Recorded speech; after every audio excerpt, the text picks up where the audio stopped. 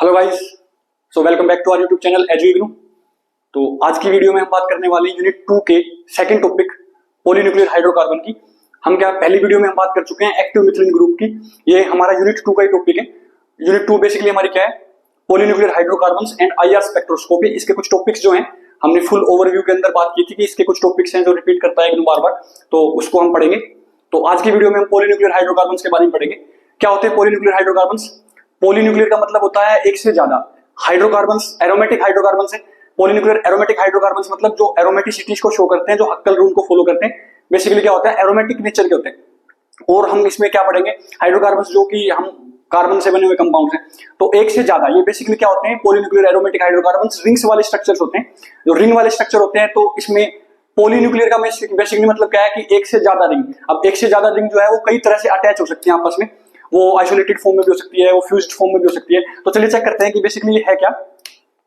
तो पॉलीन्यूक्लियर जो हाइड्रोकार्बन है हमारे, वो हमारे एक हो सकते हैं फ्यूज्ड फॉर्म के अंदर, इसको कंडेंस्ड फॉर्म भी बोला जाता है। और दूसरे हमारे होते हैं आइसोलेटेड फॉर्म के अंदर। एक से ज्यादा रिंग हो सकती है, एक रिंग भी हो सकती है पॉलीन्यूक्लियर एरोमेटिक हाइड्रोकार्बन। ज्यादा रिंग वाला हमें पढ़ना होता है पॉलीन्यूक्लियर के अंदर, जो कि इसमें पॉली वर्ड यूज हो रहा है, मतलब एक से ज्यादा। तो फ्यूज्ड और कंडेंस्ड में बेसिकली क्या होता है, एक रिंग दूसरी रिंग के अंदर फ्यूज्ड हुई रहती है। जैसे हमारी एक बेंजीन रिंग है, एक और बेंजीन रिंग को इसी के अंदर हम फ्यूज कर दें, benzene type ring. And aromatic है तो एरोमेटिसिटी शो करेगा। नंबर ऑफ पाई बॉन्ड्स जो होते हैं वो मैटर करते हैं, हक्कल रूल को फॉलो करता है। हम बाद में बात करेंगे हक्कल रूल की। तो ये हमारे पास क्या आ गया, ये एक फ्यूज्ड एरोमेटिक हाइड्रोकार्बन का, पॉलीन्यूक्लियर फ्यूज्ड एरोमेटिक हाइड्रोकार्बन का एक एग्जांपल है। इसको हम क्या बोलते हैं, बेसिकली नेफ्थलीन इसका नाम होता है, नेफ्थलीन। एक और एग्जांपल इसमें ले लें हम, जब तीन रिंग फ्यूज हो रखी हूं आपस में, ये तीन रिंग को हमने फ्यूज किया,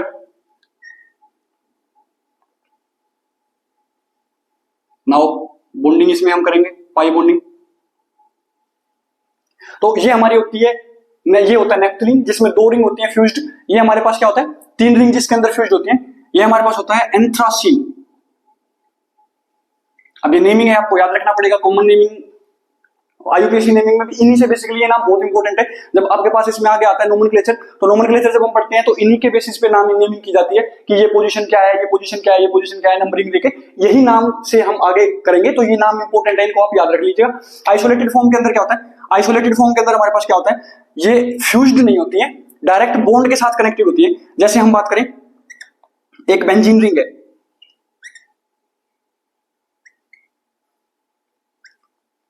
अब ये जो हमने सर्कल यहाँ पे ड्रॉ किया, इसका मतलब है कि रेजोनेटिक स्ट्रक्चर के अंदर ये जो हमारे बॉन्ड्स हैं, ये कभी यहाँ कभी यहाँ कभी यहाँ कभी यहाँ आते रहते हैं। तो उस बेसिस पे ये, इसको हम डायरेक्ट कनेक्ट कर देते हैं एक और से। अब इसके अंदर ये बॉन्ड के साथ कनेक्टेड है, ये आपस में फ्यूज्ड होकर कनेक्टेड थी। तो जो बॉन्ड के साथ कनेक्टेड होती है, या बीच में हम इसमें कार्बन भी डाल सकते हैं। एक और एग्जांपल अगर हम इसमें लें तो इस फॉर्म में भी ये हो सकती है,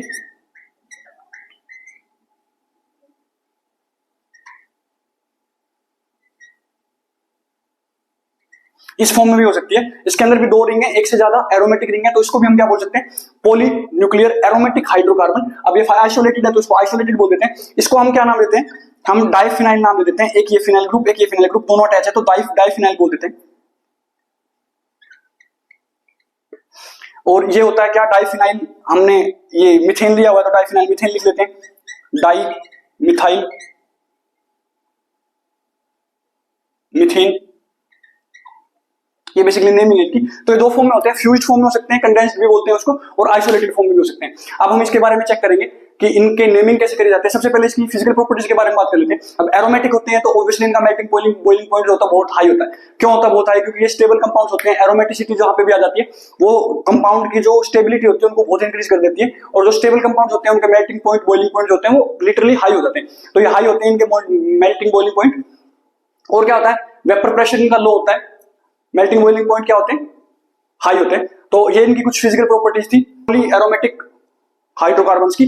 और इसके अंदर हम क्या देख सकते हैं, अब हक्कल रूल को फॉलो करेंगे। एरोमेटिसिटी है, एरोमेटिसिटी शो कर रहे हैं तो हक्कल रूल को फॉलो करेंगे। हक्कल रूल बेसिकली क्या होता है, अगर हक्कल रूल की हम बात करें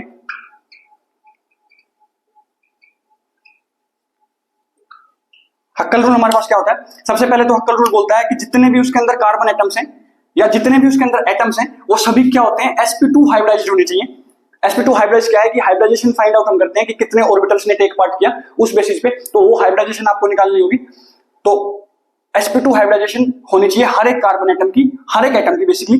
और दूसरा क्या होता है 4n+2 पाई इलेक्ट्रॉन्स उनके अंदर होने चाहिए। जैसे मैं n की वैल्यू 1 पुट करूं तो 6 इलेक्ट्रॉन्स होने चाहिए, पाई इलेक्ट्रॉन 6 होने चाहिए। जैसे मैं बेंजीन रिंग की बात करता हूं, ये हमारी बेंजीन रिंग है, अब इसके पास ये भी तो बॉन्ड बने हुए हैं, बट पाई इलेक्ट्रॉन्स बेसिकली क्या होता है, जो पाई बॉन्ड बनाते हैं।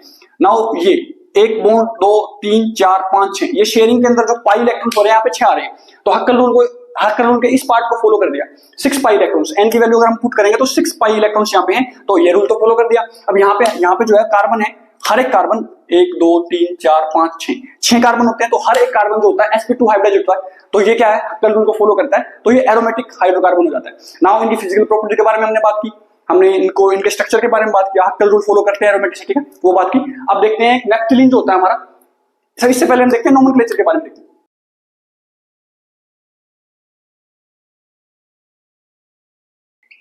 नोमेनक्लेचर के बारे में देखते हैं। नोमेनक्लेचर बेसिकली क्या होता है, नेमिंग करना, कि हम इसको क्या नाम दे सकते हैं। डिफरेंट डिफरेंट कंपाउंड्स होते हैं हमारे पास, डायरेक्ट इनके क्वेश्चन बनते हैं। आप अभी जून सेशन का एग्जाम उठा के देखोगे दूंगा, तो उसमें भी डायरेक्ट इसके क्वेश्चन बने हुए थे। तो नोमेनक्लेचर अगर हम देखें तो नोमेनक्लेचर में बेसिकली क्या होता है, हमें सबसे पहले नंबरिंग याद करनी होती है। हम फ्यूज्ड की बात करते हैं,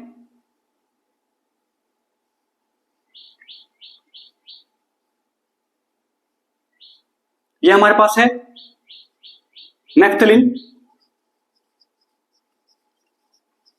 अब इसके अंदर इस पॉइंट को हम 1 मार्क करते हैं नंबरिंग, इसको 2, इसको 3, इसको 4, ये 5, ये 6, ये 7, ये 8, ये नंबरिंग हो जाती है इसके अंदर। नाउ अगर इसके अंदर मैं यहां पे कुछ चीज ऐड कर दूं, कोई सब्स्टिट्यूएंट ऐड कर दूं, तो उसकी नंबरिंग के हिसाब से हो जाएगी इसकी नेमिंग।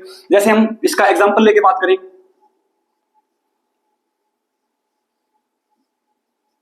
यहां पे मैंने ऐड कर दिया ब्रोमीन को, ब्रोमीन ऐड कर दिया, तो कितनी पोजीशन पे ब्रोमीन है, 1 2 पोजीशन पे है, तो हम यहाँ पे लिख देंगे 2 ब्रोमो।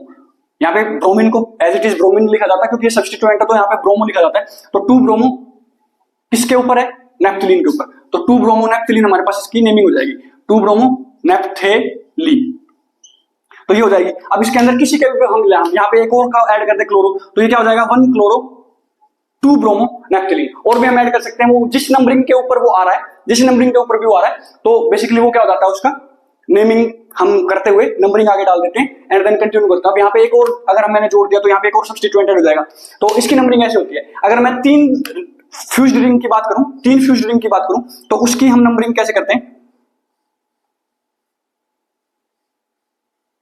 ये हमारे पास 3 फ्यूज्ड रिंग है, इसकी नंबरिंग जब हम करेंगे तो कैसे करेंगे, सबसे पहले हम इसकी बात करें, ये फर्स्ट होता है, सेकंड होता है, थर्ड होता है, फोर्थ होता है। अब फिफ्थ ये नहीं होता, यहाँ पे फिफ्थ ये होता है, fifth, sixth, seventh, eighth, ninth and 10th, ये इसकी बेसिकली नंबरिंग हो जाती है। यहाँ पे कोई चीज अटैच है, यहाँ पे है, यहाँ पे, यहाँ पे, उस हिसाब से नंबरिंग के हिसाब से हम इसकी नंबरिंग कर सकते हैं। इसमें एक और चीज आती है, इसमें अल्फा बीटा के नाम से भी नेमिंग आ जाती है कभी कभार। अल्फा बीटा में क्या होता है, उसमें अभी हमें पता करना होता है, हमारे पास ये जो 2 पोजीशंस होती हैं इनको हम बोलते हैं अल्फा। सिमिलरली इस तरफ वाली जो ये 2 पोजीशन हो गई, इनको भी हम क्या बोल देते हैं, अल्फा। बाकी जो ये 2 बच गई सिमिलर है, तो इनको बोल देते हैं हम बीटा, तो ये बीटा पोजीशन है। नाउ यहाँ पे अगर मैं बात करूं, यहाँ पे सिर्फ ब्रोमीन मैंने ऐड किया हुआ है, तो ये किस पोजीशन पे है, अल्फा पोजीशन, तो ये होती है, ये बीटा है, तो यहाँ पे मैं क्या लिख सकता हूं, बीटा ब्रोमो एंड नैप्थलीन। तो ये भी नेमिंग हो सकती है, बट हमें नोमेनक्लेचर लिखना होता है, तो आईयूपीएसी लिखनी होती है, तो नंबरिंग के हिसाब से हमें चलना होता है, तो वो बेटर होता है। तो आप ये डायरेक्ट क्वेश्चन बनते हैं इनसे, नोमेनक्लेचर से। अब ये सिंगल रिंग का था, ये 2 रिंग फ्यूज्ड है। रिंग एक और तरह की हो सकती है जो फ्यूज्ड होती है, वो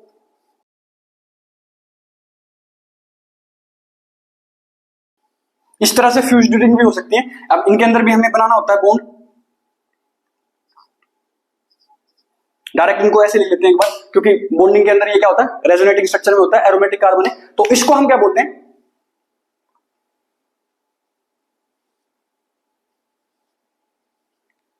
इसकी नेमिंग हमारे पास क्या होती है, इसकी नेमिंग हमारे पास थी नैप्थलीन, इसकी नेमिंग हमारे पास क्या थी, एंथ्रासीन,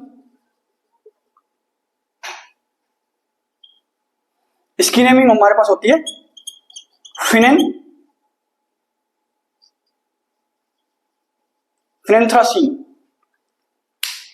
सो इसके भी नेमिंग हम कर सकते हैं, इसकी भी नेमिंग यहाँ पे अगर हम डालेंगे तो ये पोजीशन 1 हो जाएगी, ये 2 हो जाएगी, ये 3, ये 4, ये 5, ये 6, ये 7, ये 8, ये 9, सॉरी ये 9 और ये 10। तो इस पोजीशन से इसमें भी हम नेमिंग कर सकते हैं, नंबरिंग कर सकते हैं। तो इस तरह से ये चलता है प्रोग्राम। नाउ हम बात करते हैं नेफ्थलीन, जो हमारा एक कंपाउंड होता है, पॉली एरोमेटिक हाइड्रोकार्बन जो होता है, पॉलीन्यूक्लियर एरोमेटिक हाइड्रोकार्बन होता है, उसी की हम बात करेंगे, उसकी रिएक्शंस के बारे में पढ़ेंगे। नेफ्थलीन जो होता है बहुत इंपॉर्टेंट होता है, उसकी रिएक्शंस डायरेक्ट पूछ ली जाती है, तो उसके बारे में बात करते हैं। तो चलिए गाइस देखते हैं। सो गाइस अब हम बात करने वाले हैं नेफ्थलीन की रिएक्शंस के बारे में। नेफ्थलीन की रिएक्शंस बेसिकली हम 3 रिएक्शंस पढ़ते हैं। नेफ्थलीन जो होता है वो एरोमेटिक कंपाउंड होता है, तो वो इलेक्ट्रोफिलिक सब्स्टिट्यूशन शो करता है, तो उसमें काफी रिएक्शंस हो जाती हैं, वो हमें पढ़नी होती है। देन ऑक्सीडेशन ऑफ नेफ्थलीन पढ़ेंगे, देन रिडक्शन ऑफ नेफ्थलीन पढ़ेंगे। तो फर्स्ट टॉपिक में हम इलेक्ट्रोफिलिक सब्स्टिट्यूशन ऑफ नेफ्थलीन पढ़ते हैं। तो electrophilic substitution, electrophilic substitution. Now electro का मतलब, इलेक्ट्रोफाइल का मतलब क्या होता है, जो इलेक्ट्रॉन लवर होता है, जो बेसिकली खुद के ऊपर, जिसके ऊपर पॉजिटिव चार्ज होता है। तो इलेक्ट्रोफिलिक सब्स्टिट्यूशन का मतलब क्या होता है कि एक इलेक्ट्रोफाइल को सब्स्टिट्यूट करके दूसरा इलेक्ट्रोफाइल आ जाता है। तो उसकी कई सारी रिएक्शंस हमारे यहाँ पे होती है। तो फर्स्ट रिएक्शन में हम इसमें देखते हैं, ये हमारे पास एक नेफ्थलीन ग्रुप है, ये हमारे पास नेफ्थलीन ग्रुप है, इसको हम रिएक्ट करवाते हैं HNO3 के साथ। HNO3 क्या होता है, नाइट्रिक एसिड। तो रिएक्शन में हर एक के नीचे उसका नाम लिखना इंपॉर्टेंट होता है, अगर नाम नहीं लिख के आते हो आप तो मार्क्स आपके कट हो सकते हैं। तो ये होता है अपना नाइट्रिक एसिड, ये हमारे पास नेफ्थलीन है, तो यहाँ पे लिख देते हैं नेफ्थलीन। नेफ्थलीन किसकी प्रेजेंस में होता है, H2SO4 की प्रेजेंस में होता है, सल्फ्यूरिक एसिड की प्रेजेंस में होता है, और रूम टेम्परेचर पे होता है, रूम टेम्परेचर पे होता है। देन हमारे पास प्रोडक्ट क्या बन के आएगा, यहां से जो है वो NO2 प्लस जनरेट होगा। सबसे पहले ये एक इलेक्ट्रोफाइल है, ये यहाँ पे अटैक करेगा, यहाँ पे अटैक करने के बाद H प्लस जो है वो चला जाएगा। अब NO2 प्लस एक पॉजिटिव वाला आके अटैक कर रहा है, दूसरा जा रहा है, तो इसने सब्स्टिट्यूट कर दिया H प्लस को, इसी वजह से इनको बोला जाता है इलेक्ट्रोफिलिक सब्स्टिट्यूशन। अब यहाँ पे नाइट्रोजन वाला ग्रुप बन रहा है, तो इसको बोलते हैं नाइट्रेशन। तो ये रिएक्शन में हो जाता है नाइट्रेशन। तो कभी कभार आपको नेम से आ जाता है कि नाइट्रेशन ऑफ नेफ्थलीन की रिएक्शन क्या होगी, तो आपको ये लिखना है। और इलेक्ट्रोफिलिक सब्स्टिट्यूशन में अगर रिएक्शंस पूछ ली जाए, ये रिएक्शन देके पूछ ली जाए, तो इसका प्रोडक्ट आप क्या लिखेंगे, यहाँ पे नाइट्रो ग्रुप जो है वो ऐड हो जाएगा। ये हमारे पास नेफ्थलीन का स्ट्रक्चर है, इसके ऊपर हमने यहाँ पे ऐड कर दिया नाइट्रो। अब ये 1, इसका जो होता है नंबरिंग भी होती है 1 होती है, तो यहाँ पे 1 लिखने की जरूरत नहीं होती, तो हम यहाँ पे क्या बोल देते हैं, इसको क्या लिख सकते हैं, नाइट्रो नेफ्थलीन।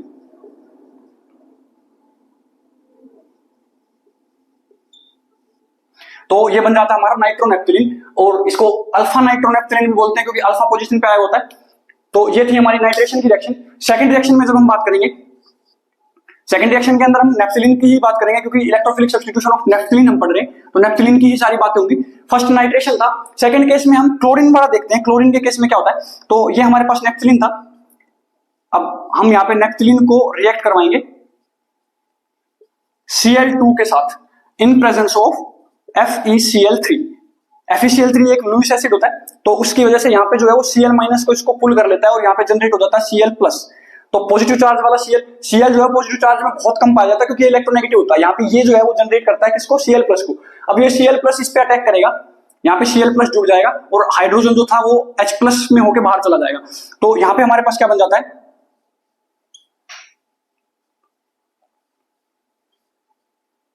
इसी पोजीशन पे हमारे पास क्लोरीन ग्रुप जुड़ जाता है। तो क्लोरीन जुड़ा हुआ है, तो फर्स्ट पोजीशन पे क्लोरीन जुड़ा हुआ है, तो फर्स्ट को लिखने की जरूरत नहीं होती। यहाँ पे अगर जुड़ा होता तो हम 2 क्लोरो लिखते, तो यहाँ पे हम क्या लिख देते हैं, डायरेक्ट क्लोरोनेफ्थलीन। तो ये हमारी रिएक्शन थी, इसको हम हेलोजिनेशन बोलते हैं, जैसे इसको नाइट्रोजन बोलते हैं, इसको हेलोजिनेशन रिएक्शन वाले बोलते हैं, इलेक्ट्रोफिलिक सब्स्टिट्यूशन में आता है। तो ये हमारी 2 रिएक्शंस थी, इसी में हम और फर्दर रिएक्शंस पढ़ते हैं। सो थर्ड रिएक्शन हमारी इलेक्ट्रोफिलिक सब्स्टिट्यूशन में है नेफ्थलीन की थर्ड रिएक्शन, ये होती है हमारी सल्फोनेशन की। सल्फोनेशन में क्या होता है, H2SO4 से हम रिएक्ट करवाते हैं 2 अलग अलग टेम्परेचर पे, H2SO4 2 अलग अलग टेम्परेचर पे अलग अलग प्रोडक्ट हमें मिलता है। ये हमने लिख लिया, यहाँ पे नेफ्थलीन का स्ट्रक्चर बना लेते हैं। ये हमारे पास नेफ्थलीन हो गया, H2SO4 के साथ इसकी रिएक्ट करवाते हैं 355 केल्विन टेम्परेचर पे एंड 435 केल्विन टेम्परेचर पे। 2 अलग अलग टेम्परेचर पे हम इनकी रिएक्शन करवाते हैं। देन हमारे पास जो प्रोडक्ट बन के आता है, इस केस में भी दोनों ही प्रोडक्ट बनते हैं और इस केस में भी दोनों ही प्रोडक्ट बनते हैं, बट एक में मेजर अलग होता है, एक में मेजर अलग होता है। इसमें हम मेजर प्रोडक्ट लिखते हैं कि मेजर प्रोडक्ट क्या बना है, जो ज्यादा अमाउंट में बनता है। नैप्थेलिन का स्ट्रक्चर है, यहां पे हमारे पास क्या हो जाएगा, SO3H। नाउ इस केस में यहाँ पे जो हमारा H2SO4 था, OH माइनस केस में अलग हो जाता है, OH माइनस, और क्या बच जाता है, HSO3+। नाउ ये हमारा एक इलेक्ट्रोफाइल है जो कि यहाँ पे अटैक करेगा और हाइड्रोजन H+ जो है वो लूज हो जाएगा। नाउ SO3H जो है हमारा यहाँ पे अटैक किया, फर्स्ट वाले पे है, तो इसको हम क्या बोल देते हैं, नैप्थेलिन, NaPH नैप्थेलिन सल्फोनिक एसिड। ये मेजर प्रोडक्ट बनता है 355 केल्विन टेम्परेचर पे। 435 केल्विन टेम्परेचर पे कौन सा मेजर प्रोडक्ट बन जाता है,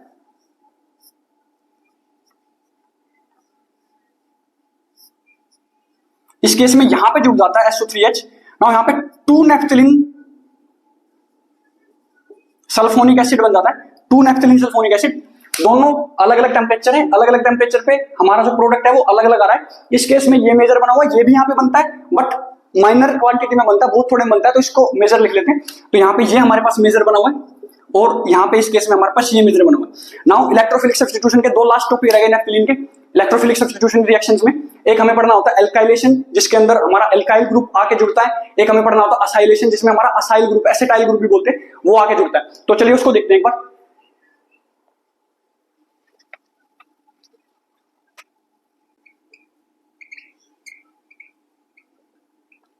एल्काइलेशन में क्या होता है, इसमें जो है वो CH3+ अटैक करता है या C2H5+ अटैक करता है, मतलब एल्काइल ग्रुप का कोई भी हो सकता है वो अटैक करता है। तो इसमें सबसे पहले हमें क्या करना होता है, नैप्थेलिन तो लेना ही होता है, नैप्थेलिन की रिएक्शंस है सारी, हम नैप्थेलिन की रिएक्शंस पढ़ रहे हैं, तो नैप्थेलिन ले लेते हैं।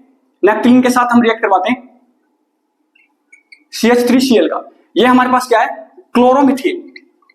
क्लोरोमीथेन किसकी प्रेजेंस में होता है, FeCl3 की प्रेजेंस में होता है। नाउ जो हमारे पास यहाँ पे Cl है उसको ये अट्रैक्ट करके ले जाता है अपनी तरफ, और यहाँ पे जनरेशन किसका होता है, इलेक्ट्रोफाइल का जनरेशन होता है, जो कि क्या होता है, CH3+। नाउ ये जो CH3+ हमारे पास है, ये एक इलेक्ट्रोफाइल है, ये अटैक करेगा पोजीशन पे इसकी नैप्थेलिन की, एंड अटैक करके हाइड्रोजन जो है वो H+ में रिमूव हो जाएगा। तो सब्स्टिट्यूट किया मिथाइल ग्रुप ने किसको, H+ को, CH3+ ने H+ को किया, तो इस वजह से हम इलेक्ट्रोफिलिक सब्स्टिट्यूशन में पढ़ते हैं इसको भी। तो ये हमारे पास बन जाता है प्रोडक्ट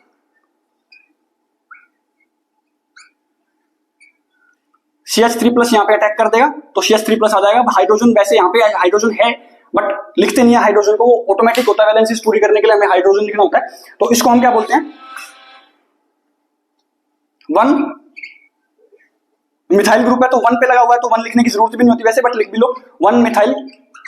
ये हमारे पास नैप्थेलिन है तो 1 मिथाइल नैप्थेलिन इसका नाम हो जाता है, 1 मिथाइल नैप्थेलिन। नाउ सेकंड केस में हम बात करते हैं, एल्काइलेशन है तो असाइलेशन की। असाइलेशन, इसके अंदर क्या होता है, एसिटाइल ग्रुप जो होता है हमारा, ये इलेक्ट्रोफिलिक सब्स्टिट्यूशन में टेक पार्ट करता है, इलेक्ट्रोफाइल बनता है, देन अटैक करता है। तो इसमें हम सबसे पहले नैप्थेलिन ले लेते हैं, नैप्थेलिन है। अब यहाँ पे जो है वो 2 तरीके से रिएक्शन होती है, जैसे हमने सल्फोनेशन के केस में 2 तरीके से पढ़ा था, 2 अलग अलग टेम्परेचर पे 2 अलग अलग प्रोडक्ट बन रहे थे। यहाँ पे 2 अलग अलग सोलवेंट होते हैं जिनसे बनते हैं। इसके साथ हमें एसिटाइल ग्रुप को करवाना है, CH3COOCl किसकी प्रेजेंस में, AlCl3 या FeCl3, दोनों में से हम कोई भी यूज कर सकते हैं।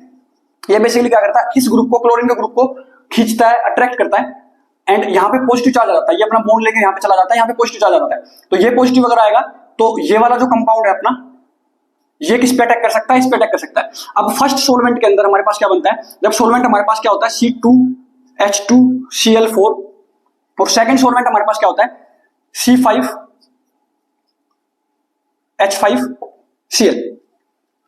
ये फर्स्ट हमारा सोलवेंट होता है, ये हमारे पास सेकंड सोलवेंट होता है। इस सोलवेंट के अंदर जब हम इसको रिएक्शन को प्रोसीड करवाते हैं तो हमारे पास क्या बनता है,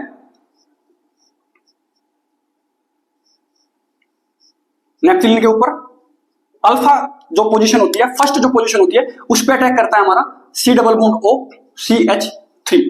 एंड इस सॉल्यूशन के अंदर हमारे पास क्या होता है,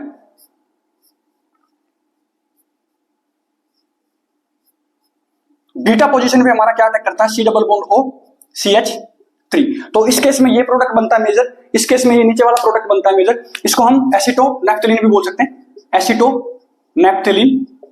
और ये हमारे पास जो नेमिंग होगी इसकी, तो ये फर्स्ट पे पोजीशन पे था तो यहाँ पे फर्स्ट लिख सकते हैं, नहीं भी लिखोगे तो फर्स्ट कोई इंपॉर्टेंट नहीं होता, बट सेकंड पोजीशन हमें लिखनी होती है, तो यहाँ पे लिखते हैं सेकंड एसिटो, मतलब 2 एसिटो एंड नेप्थलीन। तो ये ओवरऑल हमारी क्या थी, एल्काइलेशन और एसाइलेशन की रिएक्शंस। हमने इलेक्ट्रोफिलिक रिएक्शंस के अंदर सब कुछ पढ़ चुके हैं। इनके अंदर हमने सबसे पहले नाइट्रेशन पढ़ा, देन सल्फोनेशन भी हमने पढ़ा, देन हेलोजनेशन भी हमने पढ़ा जिसमें हमने क्लोरीन को ऐड करवाया था, देन हमने एसाइलेशन एंड अल्काइलेशन भी हम पढ़ चुके हैं। नाउ इसकी 2 रिएक्शंस बचती हैं, रिडक्शन की और एक ऑक्सीडेशन की रिएक्शन बचती है, oxidation of naphthalene and reduction of naphthalene. तो चलिए आइए उनको देखते हैं। सो ऑक्सीडेशन ऑफ नेप्थलीन के अंदर हम क्या करते हैं, नेप्थलीन को ऑक्सीडाइजिंग एजेंट के साथ ट्रीट करते हैं, देन वो ऑक्सीडाइज हो जाता है। इसके अंदर हम 2 ऑक्सीडाइजिंग एजेंट यूज करते हैं, एक V2O5 जो कि स्ट्रॉन्ग ऑक्सीडाइजिंग एजेंट होता है, हीट की प्रेजेंस में हीट करते हैं उस चीज को, और दूसरा होता है ethanoic acid with Cr2O3 chromium oxide में। इथेनोइक एसिड हमारे पास क्या होता है, CH3COOH, ये हमारे पास इथेनोइक एसिड होता है, एंड इसकी प्रेजेंस में हम इनको नेप्थलीन को रिएक्ट करते हैं। तो पहली वाली रिएक्शन देखते हैं जिसके अंदर हम नेप्थलीन को रिएक्ट कर रहे हैं, ये हमारा नेप्थलीन ग्रुप है, प्लस V2O5 की प्रेजेंस में हम इसको रिएक्ट करते हैं, इसके साथ ट्रीट करते हैं नेप्थलीन को। तो यहां पे नेप्थलीन लिख लेते हैं, नेप्थलीन। ये होता है हमारा वेनेडियम पेंटा ऑक्साइड, 5 ऑक्साइड है तो पेंटा ऑक्साइड। नाउ इसका हमारा क्या बनता है, यहाँ पे थैलिक एसिड बन जाता है। क्या बन जाता है, थैलिक एसिड। इसके साथ ट्रीट करने में हमारे पास क्या बन जाता है, थैलिक एसिड बन जाता है।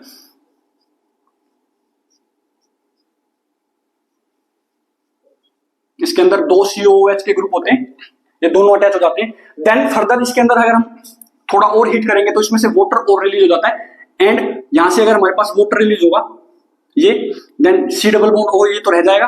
तो हमारा फाइनल ओवरऑल स्ट्रक्चर हमारे पास क्या आ जाता है, C double bond O, then यहाँ पे ऑक्सीजन से जुड़ जाते हैं। ऑक्सीजन से जुड़ते हैं C डबल बॉन्ड O, तो इसको एनहाइड्राइड बोला जाता है। तो ये हमारे पास क्या आ जाता है, थैलिक एनहाइड्राइड आ जाता है, क्योंकि थैलिक एसिड से बना हुआ है, थैलिक एनहाइड्राइड। तो ये है V2O5 ऑक्सीडाइजिंग एजेंट की प्रेजेंस में हमारे पास नेप्थलीन की रिएक्शन। नाउ सेकंड, अब इस केस में आप रिएक्शंस लिखते हुए सिर्फ आप रिएक्शंस को प्रोसीड करोगे, उससे अच्छा स्टेटमेंट फॉर्म में भी अगर आप कोई इसको लिख दो तो और बेटर हो जाता है, अटेम्प्टेशन आपकी बहुत अच्छी हो जाती है। इथेनोइक एसिड की फॉर्म्स में रिएक्शन कैसे होता है, इथेनोइक एसिड और ये भी एक ऑक्सीडाइजिंग एजेंट होता है। तो इसमें क्या होता है,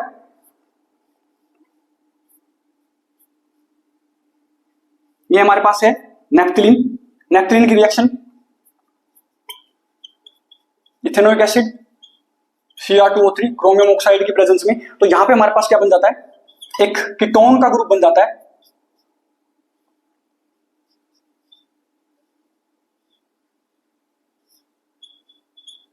ये हमारे पास कीटोनिक ग्रुप है। यहां पे बेसिकली देख सकते हो आप C डबल बॉन्ड OC, ये भी C है ये भी C है, तो ये एक कीटोन का ग्रुप होता है जिसमें C double bond O carbonyl group centre के अंदर ट्रैप रहता है। तो ये हमारे पास एक कीटोन का ग्रुप है, तो इसको हम क्या बोल सकते हैं, नेफ्थो, इसका नेम जो होता है नेफ्थोक्विनोन,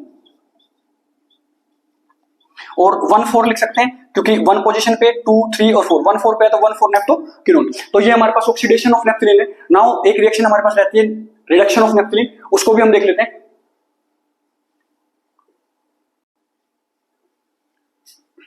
सो गाइस अब हम देखते हैं reduction of naphthalene. Reduction of naphthalene में रिड्यूसिंग एजेंट डालते हैं, ethanol plus Na, sodium ethanol की प्रेजेंस में हम इसको करते हैं 2 अलग अलग टेम्परेचर पे, 305 टेम्परेचर पे और एक और टेम्परेचर पे हम करते हैं इसमें। तो इन टेम्परेचर्स पे हम देखते हैं कि क्या क्या रिएक्शन प्रोसीड होती है। सबसे पहले क्या होता है, हमने नेप्थलीन बनाना होता है, नेप्थलीन का स्ट्रक्चर लेते हैं। नेप्थलीन को सबसे पहले हम इथेनॉल प्लस Na, इसके अंदर अभी आप स्टेटमेंट की फॉर्म में लिख सकते हो तो और बेटर रहेगा। आप सबसे इंपॉर्टेंट चीज इसके अंदर क्या है, 2 अलग अलग टेम्परेचर पे 2 अलग अलग प्रोडक्ट फॉर्म होते हैं। ये जो क्वेश्चन है ये इंपॉर्टेंट क्वेश्चन है, ये जून सेशन में आया हुआ क्वेश्चन है। तो इसके अंदर हम टेम्परेचर कौन कौन सा रखते हैं, टेम्परेचर रखते हैं 350 केल्विन एंड 305 केल्विन। इन दो टेम्परेचर पे हम इसकी बात करते हैं। रिड्यूसिंग एजेंट है तो रिड्यूस होगा। अब इसके अंदर जो रिडक्शन होता है वो अनलाइक बेंजीन होता है, मतलब बेंजीन के जैसा नहीं होता है। बेंजीन में जब हम रिडक्शन करते हैं तो वो कंप्लीटली रिड्यूस होता है, ये पार्शियली रिड्यूस होता है। पार्शियली रिड्यूस मतलब एक रिंग में तो रिडक्शन होता है बट दूसरी रिंग के अंदर रिडक्शन नहीं होता। तो इसके अंदर जो हमारे पास प्रोडक्ट बनता है ये रिंग एज इट इज रह जाती है, इसमें एक रिडक्शन होके पाई बॉन्ड कम हो जाता है। नाउ 305 के अंदर हम क्या करते हैं, इसके अंदर भी एक रिंग के अंदर रिडक्शन होता है जिसमें ये कंप्लीटली इसमें रिडक्शन हो जाता है। तो इसको हम क्या बोलते हैं, 2,4 डाई हाइड्रो नेफ्थलीन।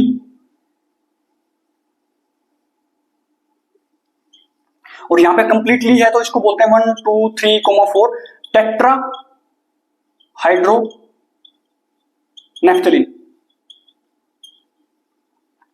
तो ये हमारी बेसिकली क्या थी, रिएक्शन ऑफ नेफ्थलीन। यहाँ पे ये नेफ्थलीन है तो इसको भी लिख लेते हैं नेफ्थलीन। तो ये हमारी ओवरऑल रिडक्शन की रिएक्शंस थी। हमने क्या क्या पढ़ा, ऑक्सीडेशन ऑफ रिएक्शन पढ़ा, हमने रिडक्शन ऑफ रिएक्शन पढ़ा है। इसको अभी आप स्टेटमेंट फॉर्म में लिख सकते हो कि naphthalene when reacts with ethanol, reducing agent ethanol and sodium with 2 different temperatures gives us 2 different products. तो इनके नाम आप लिख सकते हो, स्टेटमेंट फॉर्म में लिखते हो तो और बेटर इफेक्ट पड़ता है। तो मिलते हैं गाइस नेक्स्ट वीडियो में। Thank you guys.